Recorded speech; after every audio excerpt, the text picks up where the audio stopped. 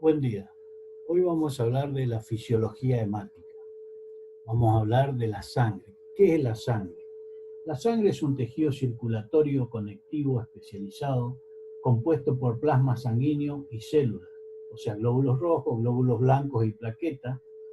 La función principal es proveer de nutrientes, oxígeno, glucosa, elementos constituyentes del tejido y remover desperdicios como dióxido de carbono, ácido láctico. La sangre también permite que células y distintas sustancias como ser aminoácidos, lípidos, hormonas, sean transportados entre tejidos y órganos. La sangre circula alrededor de los pulmones y el cuerpo a través de los vasos sanguíneos gracias a la acción de bombeo del corazón.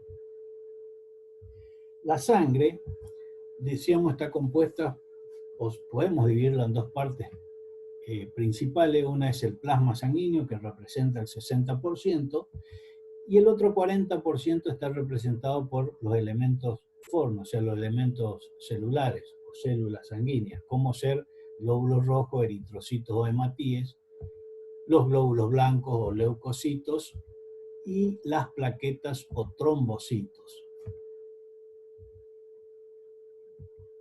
El plasma sanguíneo es la fracción líquida acelular de la sangre.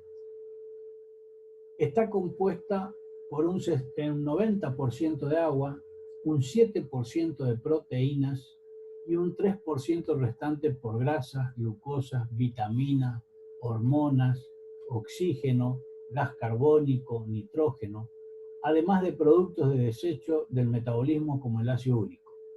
Es el componente mayoritario de la sangre, representa aproximadamente entre el 55 y el 70% del volumen sanguíneo total, mientras que el 45% restante correspondería a los elementos formes. Tal magnitud está relacionado con el hematocrito. La sangre en general tiene una densidad de 1.042 a 1.053, que está representada por 1.021 a 1.029, que corresponde al plasma sanguíneo, y 1.080 a 1.090, que corresponden a los glóbulos rojos. El suero. El suero es el remanente del plasma sanguíneo una vez consumidos los factores hemostáticos por la coagulación de la sangre. En cuanto a la composición de la sangre, decíamos que están representados o compuestos por elementos inorgánicos, de los cuales el más importante es el agua, 92%, luego oligoelementos, iones y sistemas tamponadores. También tiene elementos orgánicos, dentro de ellos la proteína plasmática, que representa alrededor de unos 7 gramos por cada 100 mililitros, pero también tiene lípidos, carbohidratos, hormonas, aminoácidos, gases y productos del metabolismo. En cuanto a las funciones de la sangre, son varias las funciones. Vamos a ver acá algunas de ellas. Por ejemplo, transporte. Transporte de sustancias diversas a través del organismo. También transporta los gases respiratorios, los nutrientes, los productos del metabolismo. Es el vehículo principal de las hormonas, de las vitaminas, de las enzimas. Y también tiene una función muy importante, que es la de disipar el calor, o sea, distribuir el calor en todo el organismo. Otra de las funciones es la homeostasis. La homeostasis tiene, digamos, la función que tiene la sangre, dentro de las más importantes, es, por ejemplo, mantener en equilibrio el pH, o sea, el estado ácido básico de la sangre. También de mantener la temperatura corporal, la concentración de las distintas sustancias, lo que hace a lo que veíamos en clases anteriores del equilibrio funcional que debe regir, digamos, dentro del organismo para que esté todo en equilibrio su medio interno. También tiene otras funciones, como ser la prevención de fenómenos hemorrágicos, como vamos a ver en clase más adelante, Otra de las funciones es la defensa, o sea, aporta sustancias que tienen la capacidad de producir la inmunidad del organismo, de defender al organismo, y el volumen sanguíneo. Mantener, digamos, el volumen sanguíneo está dentro ya de las propiedades físicas de la sangre. Entonces hablamos de volemia. ¿Qué es la volemia? Es el volumen de sangre corporal total. Este volumen se mantiene por lo general constante, puede sufrir variaciones en caso de enfermedades cardiovasculares, renales, hepáticas, hemorragias, deshidratación, sobrehidratación. La principal causa de variación es la alteración del volumen plasmático, que puede conllevar a hemodilución o hemoconcentración. Para poder medir la volemia, o sea, poder medir el volumen sanguíneo, se requiere conocer el volumen eritrocitario y el volumen plasmático. Para medir estos dos parámetros se utiliza el principio del análisis de dilución mediante la utilización de digamos, de trazadores. Son isótopos que son introducidos, marcados y después los medimos. Dentro de otra de las propiedades de la sangre tenemos la viscosidad. La viscosidad es la resistencia que un líquido presenta a ser deformado. En condiciones fisiológicas, el factor determinante principal de la viscosidad sanguínea es el valor del hematocrito, existiendo una relación casi lineal para valores normales de hematocrito con el logaritmo de la viscosidad aparente. La determinación de la viscosidad se realiza con el viscosímetro capilar. El valor normal de la viscosidad plasmática va de 4 a 5,5 pois, que término que ustedes lo manejan desde la biofísica.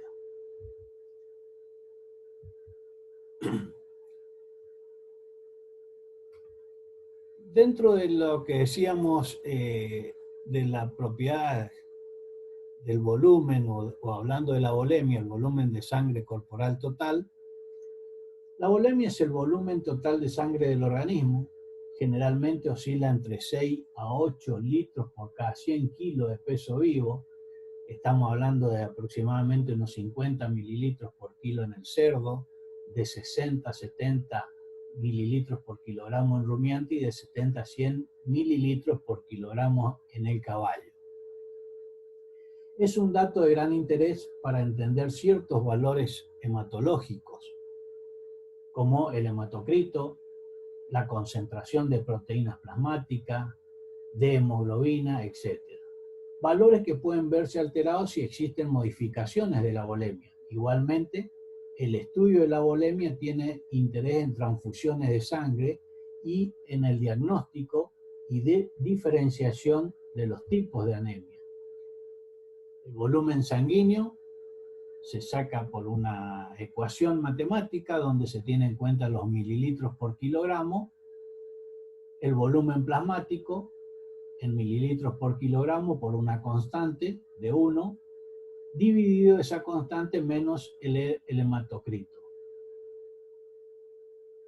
Entonces vamos a tener que la ecuación va a estar dada por conocer primero la determinación del hematocrito para después poder referenciarlo. Tomando un ejemplo, un canino de 20 kilos con un volumen plasmático de casi 920 mililitros y un hematocrito de 40, tendríamos que reemplazar los valores en nuestra ecuación y nos quedaría que el volumen sanguíneo va a ser igual a los mililitros por kilogramo y entonces vamos a tener el volumen plasmático. Decíamos que era casi 920 mililitros. A eso 920 lo multiplicamos por la constante, por 1, y lo dividimos por la resta de esa constante 1 menos el hematocrito. El hematocrito decíamos que tenía un hematocrito de 40, se lo representa en litros por litro, o sea, sería 0,40, y entonces nos estaría dando una ecuación donde nosotros deberíamos dividir 920 dividido 0,60, que eso nos va a dar 1.533,4 mililitros de sangre por 20 kilos. Si a esa cantidad de sangre lo dividimos por los 20 kilos, nos va a dar los 76,7 mililitros de sangre por kilogramo, que está dentro del rango normal de lo que tiene un perro.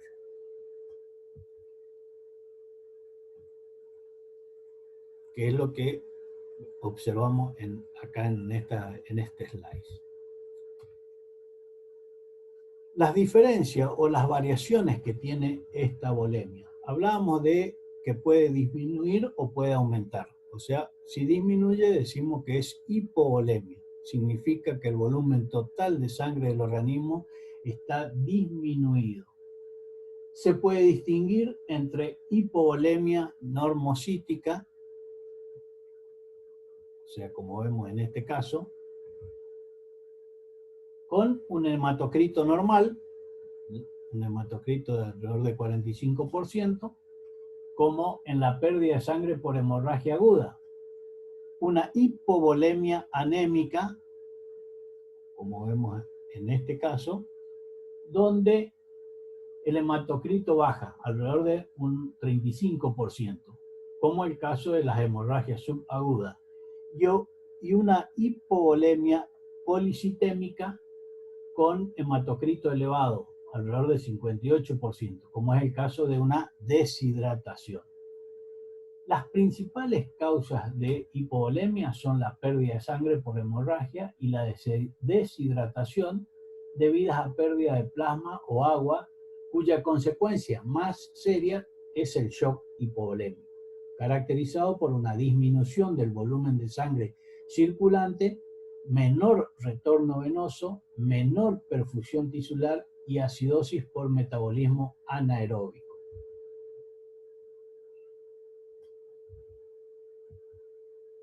Cuando hablamos de hipervolemia, o sea, el caso contrario, significa que el volumen total de sangre del organismo está aumentado. Está muy relacionado con la hiperhidratación.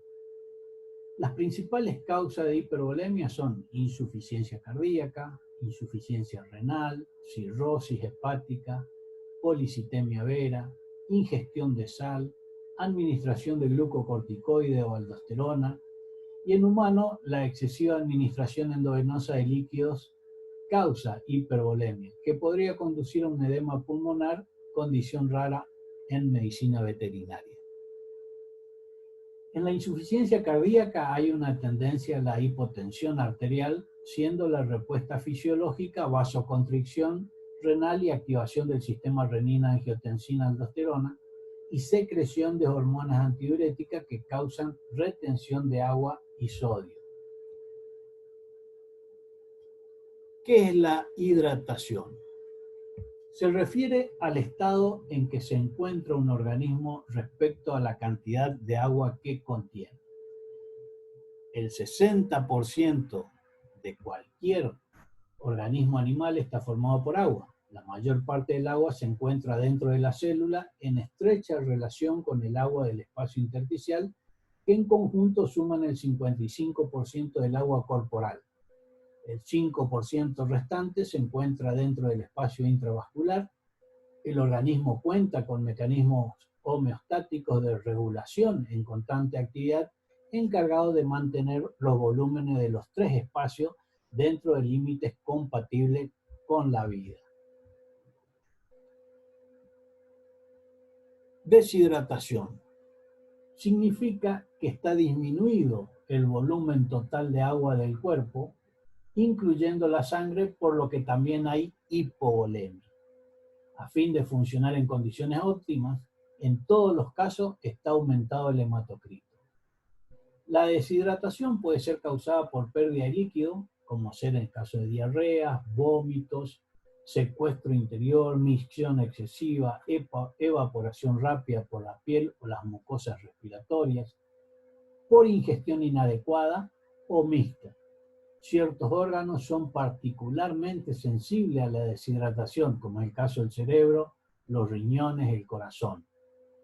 Niveles de deshidratación por debajo del 5% del peso corporal no requieren por lo general atenciones terapéuticas, pero si sigue aumentando esa deshidratación, esa falta de líquido, alrededor del 10% ya vamos a comenzar con algún tipo de inconveniente. Esta deshidratación puede ser isotónica, cuando hay pérdida de agua y sal en la misma proporción. Puede ser hipotónica, si hay más pérdida de sal que de agua, hay aumento del espacio intracelular, y puede ser también hipertónica, cuando falta más agua que sal y hay disminución del espacio intracelular. O sea que vamos a tener también, como veíamos para hoy, en el caso del ejemplo anterior, también acá en el caso de la deshidratación, hablamos de una normovolemia después de una deshidratación isotónica, donde va a estar aumentado el hematocrito, una deshidratación hipotónica, también el hematocrito va a estar aumentado, pero hay menor cantidad de sal, por lo tanto, eso cambia la hipotonicidad del medio y hace que tengamos una entrada extra de agua a la célula. Y después vamos a tener la deshidratación hipertónica, también el hematocrito sigue aumentado, pero ya hay más sal, o sea que acá va a haber una pérdida de agua por la célula, entonces la célula va a estar, va a perder tamaño, digamos, pierde agua al exterior. La hiperhidratación. ¿Qué significa hiperhidratación? Significa que el volumen total de agua del organismo está aumentado, incluyendo la sangre, por lo tanto también hay hipervolemia. En todos los casos está disminuido el hematocrito. Ocurre como consecuencia de la retención de líquido en el organismo. Esta puede ser isotónica, hipotónica o hipertónica. La hiperhidratación isotónica, en este caso hay un exceso de agua y sodio en el espacio extracelular en condiciones isotónicas y sin cambio en la osmolaridad sanguínea. Puede ocurrir por exagerada administración de solución salina isotónica, pero sobre todo en procesos descompensados de insuficiencia cardíaca, cirrosis hepática, síndrome nefrótico, que son conducentes a la formación de edema. La hiperhidratación hipotónica, hay exceso de agua en los espacios intracelular y extracelular con bajos valores séricos en sodio. Ocurre la llamada intoxicación por agua, ya sea por excesiva ingestión de agua o por la administración, digamos, exagerada de soluciones no salinas.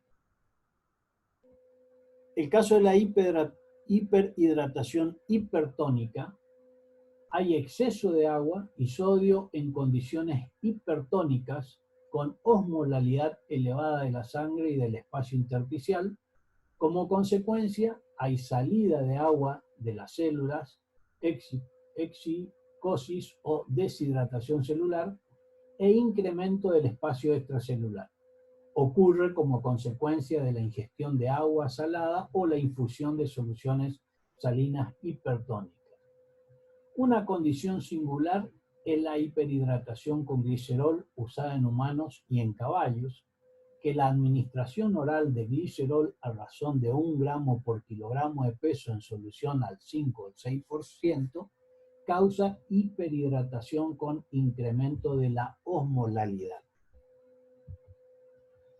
Acá tenemos un cuadro de diferencia entre deshidratación e hiperhidratación para que ustedes tengan una idea de cómo se presenta en el medio interno estas características, digamos, que caracterizan, valga la redundancia, a estos cuadros. Si nosotros hablamos de una deshidratación isotónica, por ejemplo, el sodio va a estar normal, el volumen de los eritrocitos va a estar normal y el hematocrito va a estar elevado.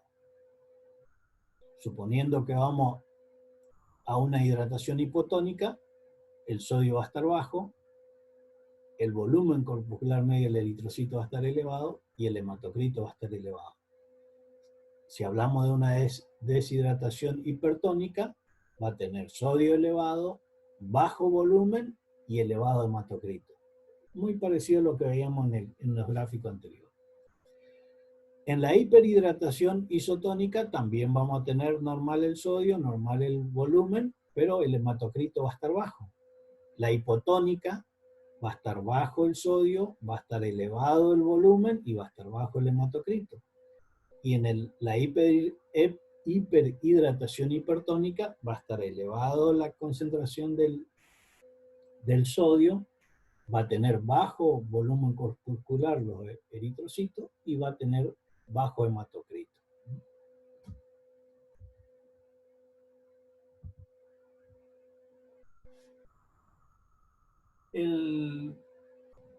Cuando hoy decíamos el plasma sanguíneo, que representaba, ¿se acuerdan que habíamos mencionado entre el 55 y el 70% de la sangre total? O sea, estamos hablando aproximadamente de un 5% del peso corporal. En él se encuentran suspendidos los elementos formes de la sangre, las células sanguíneas.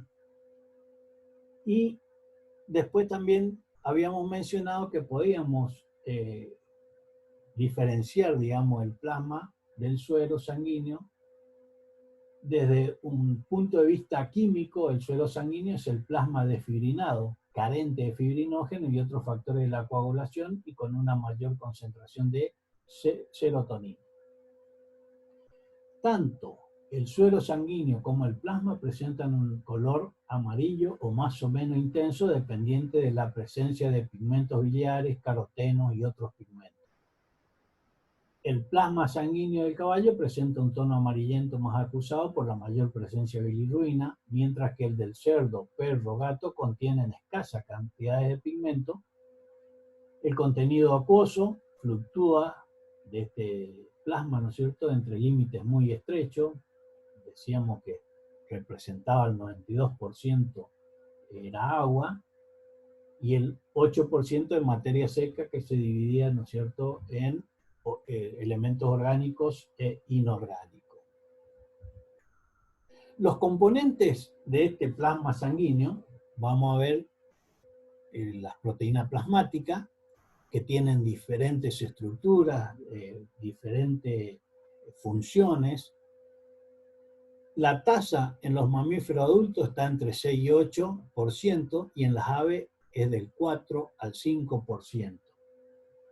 Si hay variación de esta proteína, nosotros vamos a hablar de hiperproteinemia si están aumentados o hipoproteinemia si está disminuido. Los principales grupos de la proteína plasmática tenemos las albúminas, las globulinas. Estas globulinas, ¿no es cierto?, a su vez, con sus diferentes tipos, A1, A2, beta 1, beta 2, y las gamma globulinas. A veces se considera además como un grupo aparte el fibrinógeno, beta 1 globulina, por su importancia y elevada concentración. En pequeños rumiantes y perros, también en el hombre, el contenido de albúmina es superior al de globulina, mientras que en equidos, cerdo y vaca, el llamado cociente albúmina-globulina se iguala.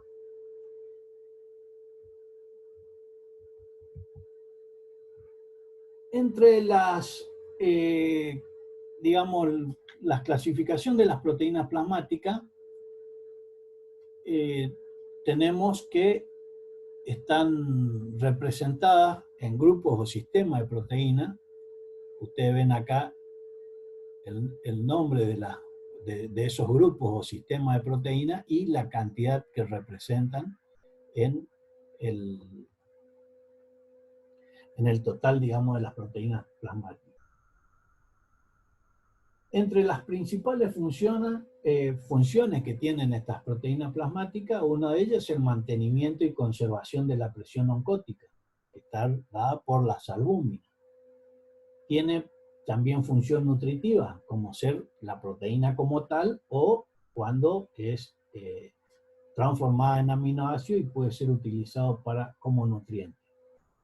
Tiene una función muy importante en lo que se refiere a la coagulación sanguínea, que lo vamos a ver más adelante, sobre todo con respecto al fibrinógeno y las globulinas. Otra función es dar la viscosidad sanguínea, dado el tamaño y el peso molecular.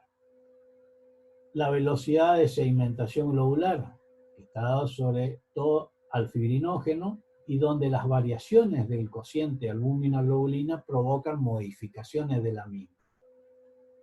Tiene que ver, entre otras funciones, con el equilibrio ácido-base, o sea, está dado por las propiedades anfóteras de estas proteínas plasmáticas. Decíamos también con inmunidad y defensa, debido sobre todo a las gamma-globulinas. Otra de las funciones es el transporte de sustancia. Ese transporte de sustancia está dado por las alfa y beta globulina, trancortina, transferrina, etc. Hormonas, oligoelementos, etc., que lo vamos a ir viendo más adelante. Otras proteínas tienen otra función, por ejemplo, las enzimas. Las enzimas que se usan con fines diagnósticos.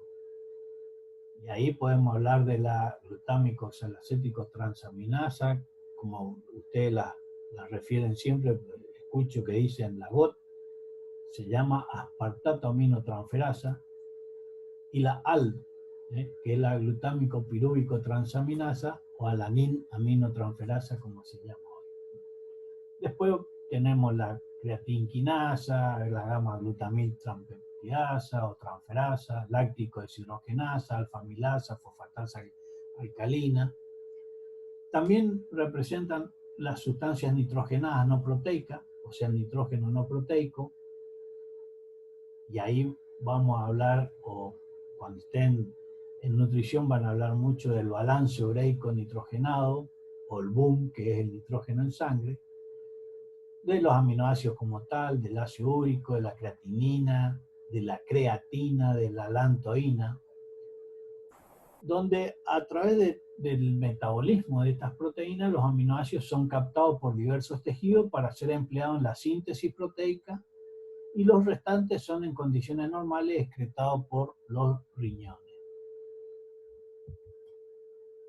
Los glúcidos, monosacáridos libres, como glucosa, manosa, galactosa, o conjugados como glucoproteínas. Con este término designamos a la cantidad de glucosa, o sea, de azúcares en sangre, y se expresa en gramos litro o miligramos de decilitro. Y hablamos que su variación puede estar aumentada o disminuida, y acá también hablamos de hiperglucemia o hipoglucemia. Los niveles fluctúan entre los 50 miligramos de decilitro en rumiante, 70 miligramos de decilitro en equis y carnívoro, y 180 miligramos por decilitro en las aves. Ya más adelante vamos a ver cómo se regula este componente del plasma. Otro de los componentes son los lípidos, grasas neutras, colesterol, fosfátido, triglicéridos, ácidos grasos libres.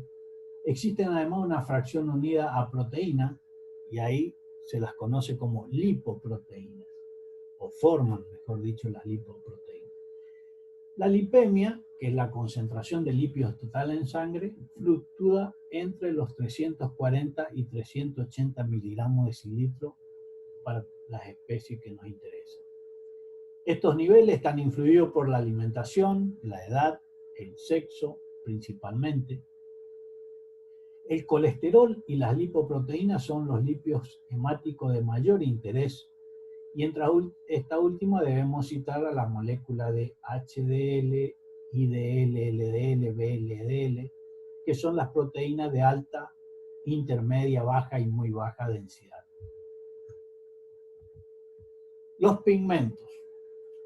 Los principales pigmentos del plasma sanguíneo son los pigmentos biliares y el caroteno. Este último, sobre todo, en el plasma de équidos y bóvidos, y en algunas enfermedades hepáticas y en la ictericia hemolítica se incrementan los niveles de bilirrubina en sangre, y ahí hablamos de bilirrubinemia. Los ácidos orgánicos y cuerpos cetónicos. Los ácidos grasos volátiles, que pueden ser utilizados por la mayoría de los tejidos como fuente inmediata de energía, cetato, butirato, propionato, etc., cubren entre el 60 y el 80% de las necesidades energéticas. Después tenemos los cuerpos cetónicos, que son de interés para enjuiciar el grado de abastecimiento energético en los rumiantes. La fracción más importante corresponde al ácido beta-oxibutírico. Por ejemplo, en gestaciones gemelar, vacas con alta producción lechera movilizan ácidos grasos de los tejidos adiposos, provocan un incremento en la formación de cuerpos cetónicos en hígado y aumentan los niveles de cuerpos cetónicos en sangre. Y eso se conoce como cetonemia. Otro de los componentes, las vitaminas y hormonas. En la sangre de los animales domésticos se encuentran todas las vitaminas, aunque en concentraciones muy bajas. Igualmente, con ayuda de métodos especiales, radioinmunoensayo, pueden detectarse en la sangre, digamos, por más pequeña que sea, tanto vitaminas como hormonas. Ya vamos a hablar de cada una de ellas, que van a ver de dónde se producen, qué función tienen y cómo se las puede valorar. En cuanto a los componentes inorgánicos del plasma sanguíneo, tenemos los oligoelementos. Dentro de ellos, el hierro, fundamental en la eritropoyesis, al formar parte de la molécula de la hemoglobina en los glóbulos rojos. Otro es el zinc, principal componente de la enzima anhidrasa carbónica, también en los glóbulos rojos. El cobre, que se encuentra en el plasma sanguíneo unido a una alfa-2-globulina, el aceruloplasmina, que ya vamos puntualmente también después a hablar de cuáles son sus funciones. El yodo, de importancia en las hormonas tiroideas, tiroxina, triiodotiroxina. El cobalto, componente de la vitamina B12. O sea, cuando nosotros hablamos de la vitamina B12, por ahí hay especies en las que no, sinceramente no debería preocupar o ponernos a pensar si tenemos problemas con la vitamina B12. Lo que pasa es que hay especies que la pueden producir, entonces no es una cuestión seria, digamos, a pensar que puede haber una falta de esa vitamina, pero indudablemente, como ustedes ven acá, estamos hablando de el caso del cobalto. Nosotros lo que tendríamos que cuidar es que el aporte del cobalto no falle, entonces tampoco va a fallar la producción de la vitamina B12.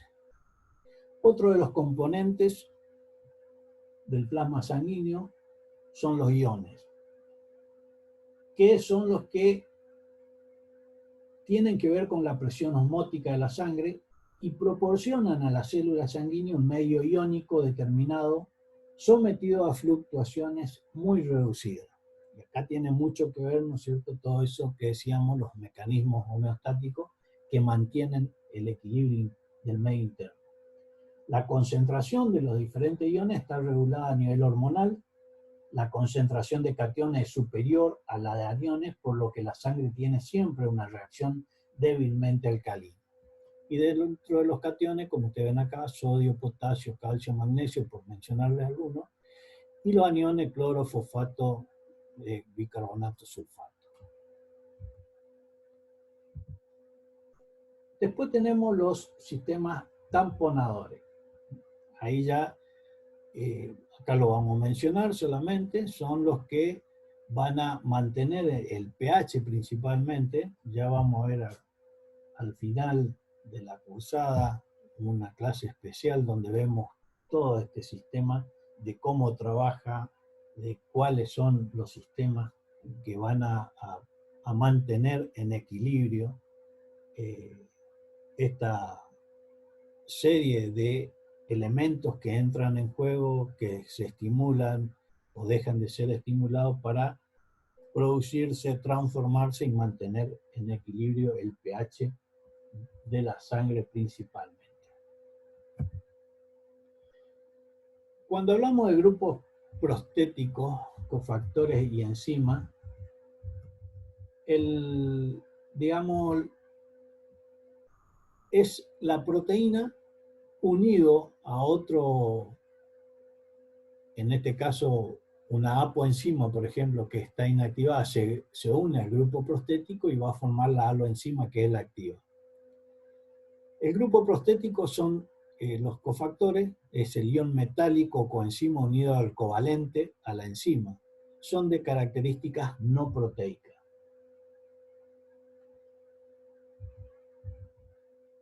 Nosotros podemos ver acá ejemplos de cofactores, por ejemplo, el ion que actúa como cofactor y cuál es la enzima.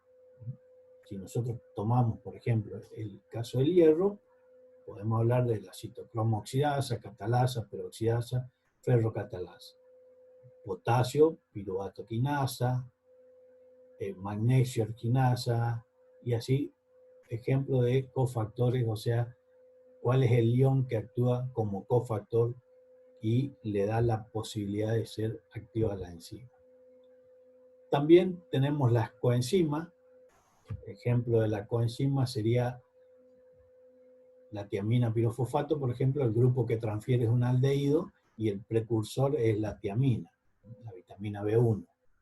Y así tenemos también ejemplo de varios de estas coenzimas que, digamos, transfieren distintos grupos y el precursor dietario está representado por distintas vitaminas que deben estar presentes para que estos puedan actuar.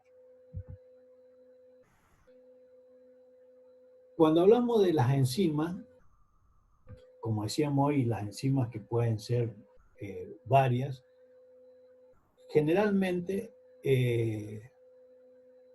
podemos hablar de enzimas que tengan que ver, digamos, según su localización, que tengan más o menor importancia en el resultado que nosotros obtengamos y qué información nos esté dando del tejido al que estamos evaluando o a la célula que estamos evaluando. Por eso es que acá les muestro las más frecuentes analizadas, y dentro de las intracelulares tenemos la citosólica, como la láctico deshidrogenasa, la alanina aminotransferasa, que la mencionábamos hoy dentro de las transaminasas, las que están en las mitocondrias, la glutámico deshidrogenasas, y a otras que son mitocondriales y citosólicas, como la aspartato aminotransferasa y la malato deshidrogenasa. ¿Cuál sería la diferencia o cómo deberíamos interpretar nosotros esta diferencia en todo el sistema de determinaciones que hacemos para poder evaluar el tejido de la célula? Si nosotros estamos viendo que hay aumento, por ejemplo, de la alanina aminotransferasa, o GPT, como le llaman ustedes, es citosólica, o sea, es mucho más superficial, pero si nosotros tenemos aumento de glutámico deshidrogenasa, ya sabemos que el daño está más interno, ya está en la mitocondria. Y si, por supuesto, aumenta la aspartato-aminotransferasa o la malato deshidrogenasa, son enzimas que nos están indicando que el daño es mucho más profundo, digamos. Ahí viene en el screening cómo uno va determinando qué pasa con el paciente, cuál es la lesión que tiene. Las isoenzimas. Las isoenzimas son proteínas que difieren en la secuencia de aminoácidos, pero que catalizan la misma reacción de estando presente en la misma especie. Estas enzimas pueden poseer diferentes propiedades físicas, por ejemplo, químicas, determinadas genéticamente, o sea, pueden tener un punto isoeléctrico distinto, la especialidad del sustrato y cofactor, muestran diferentes parámetros cinéticos, o sea, diferentes valores de la corrida, propiedades de regulación diferentes, como podemos observar acá. Las nomenclaturas de las enzimas. Las enzimas se denominan por el agregado del sufijo asa al nombre del sustrato a la reacción que cataliza. Y como podemos ver acá, si nosotros estamos hablando de una reacción de óxido-reducción, indudablemente la que va a actuar es una óxido-reductasa. O sea, se le agrega ese sufijo al nombre, como decíamos, del sustrato de la reacción que cataliza. Una transferasa, a ver, transferencia de grupos funcionales, una hidrolasa, reacciones de hidrólisis, y así el ejemplo de cada una de estas nomenclaturas. En cuanto a la vida media que tienen estas enzimas, y varía. Como ustedes pueden observar acá, tenemos los ejemplos de las distintas enzimas y el valor medio que tiene cada una de ellas en, digamos, en vida en promedio. Estamos hablando de horas, algunas de días, pero principalmente la mayoría de ellas son en horas, que lo vamos a ver puntualmente más adelante. Enzimas frecuentemente analizadas, o sea, cuál es lo más común que sea. Esto indudablemente que depende mucho del screening que uno esté haciendo. Por ejemplo, si uno le piden si la clínica está orientada hacia un problema hepático, por ejemplo, indudablemente que lo primero que vamos a determinar son las transaminasas, ¿no? AST o ALT.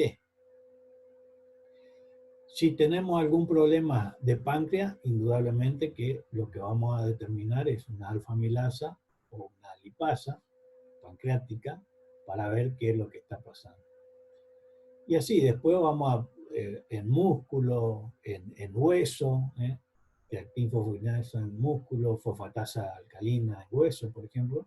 Indudablemente que esto puntualmente también le voy a mostrar un PowerPoint donde está detallado cada uno de estos, porque si nosotros hablamos de fosfatasa alcalina, esa fosfatasa alcalina con valores que van a depender principalmente de la edad del paciente,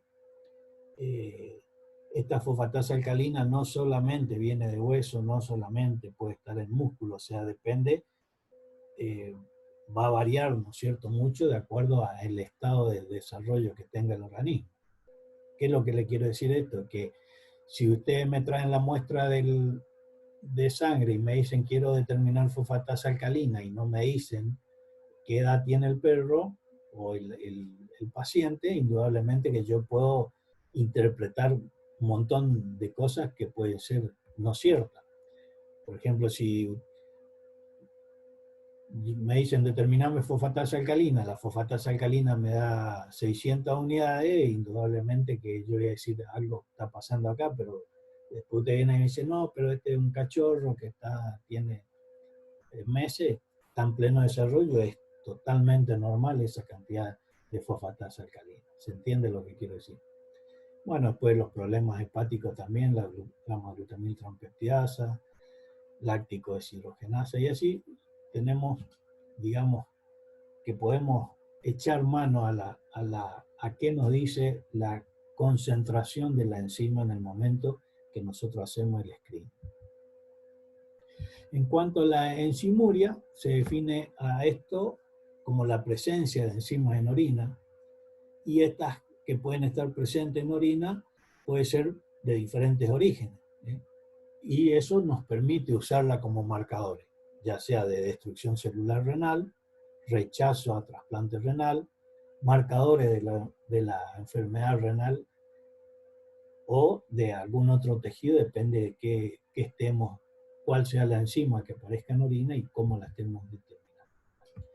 Otra de las, digamos, de los componentes que decíamos que podíamos encontrar van a ser las lipoproteínas, que son macromoléculas que estructuralmente están formadas por una parte lipídica y una proteica, cuya función es empaquetar los lípidos insolubles en el plasma provenientes de los alimentos exógenos y los sintetizados en el organismo, o sea, los endógenos, que le va a permitir transportarlo del intestino al hígado a los tejidos periféricos y viceversa, devolviendo el colesterol al hígado para su eliminación del organismo en forma de ácido biliar. En la actualidad las lipoproteínas se clasifican según su densidad en kilomicrones, en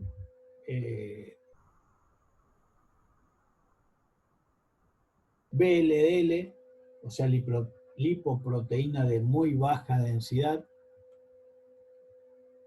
las IDLL, o lipoproteína de densidad intermedia, las lipoproteínas de baja densidad, o LDL, y las lipoproteínas de alta densidad, o HDL.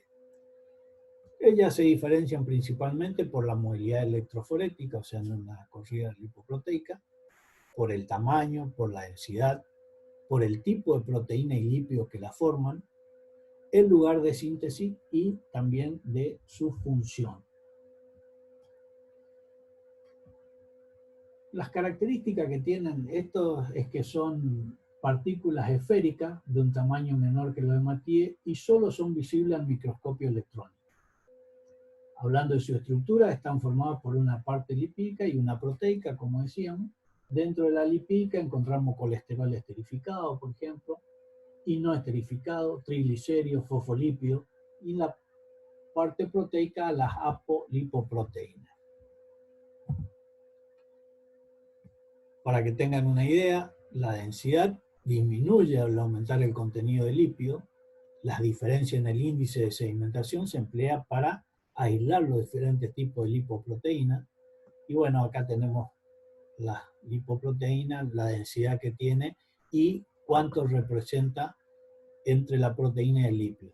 Fíjense que un kilomicrón, por ejemplo, que tiene una densidad de menos 1.006, tiene 1% de proteína y 99% de lípido, contra una HDLL que tiene densidad 1.063 a 1.210, donde la proteína es el 50% y el otro 50% lo representa el lípido. O sea que,